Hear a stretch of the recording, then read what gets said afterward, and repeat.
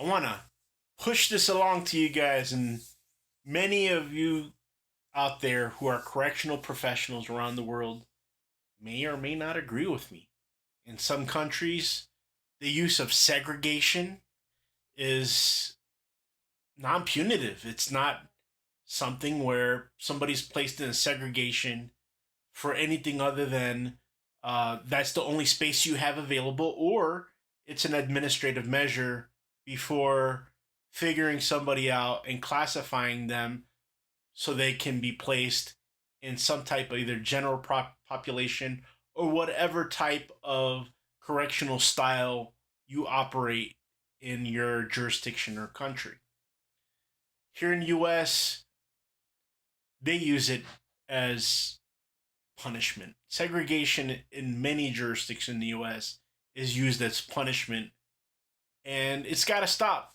It's got to stop because it's a tool that you can this is like when you beat somebody, right? And I'll tell you that I've in my career, my life in the military been beaten.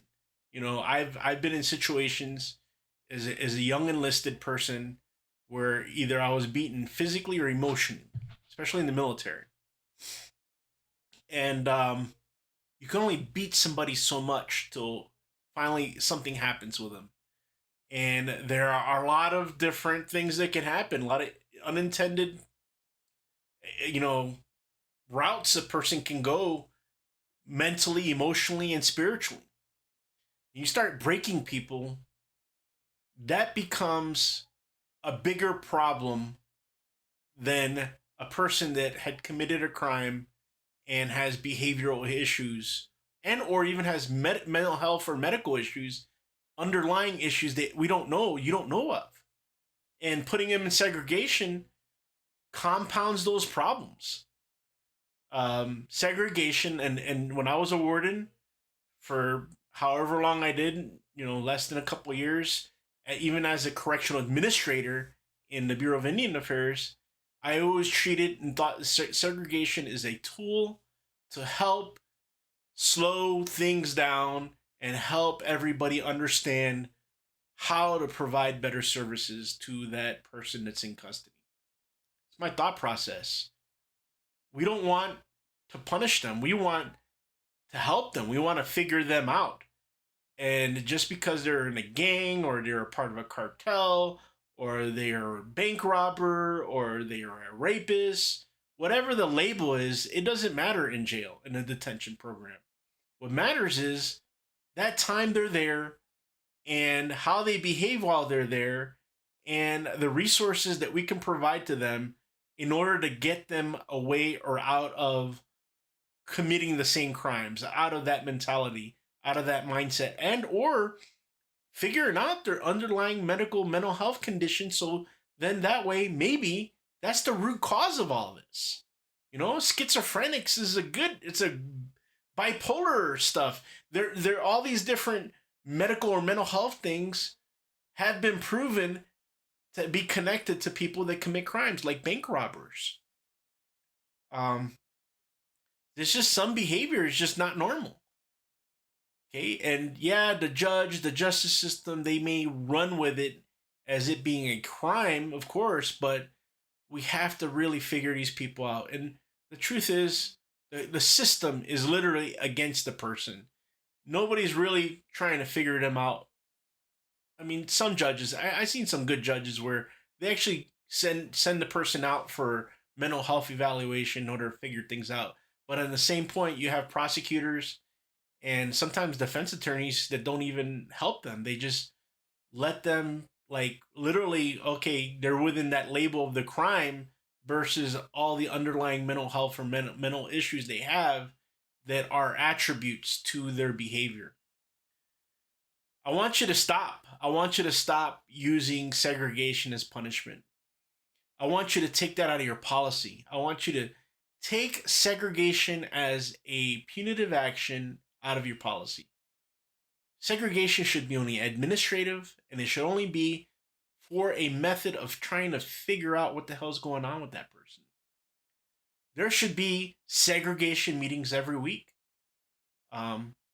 If the warden's not available at least the primary staff, the primary key personnel that are involved with that person's segregation.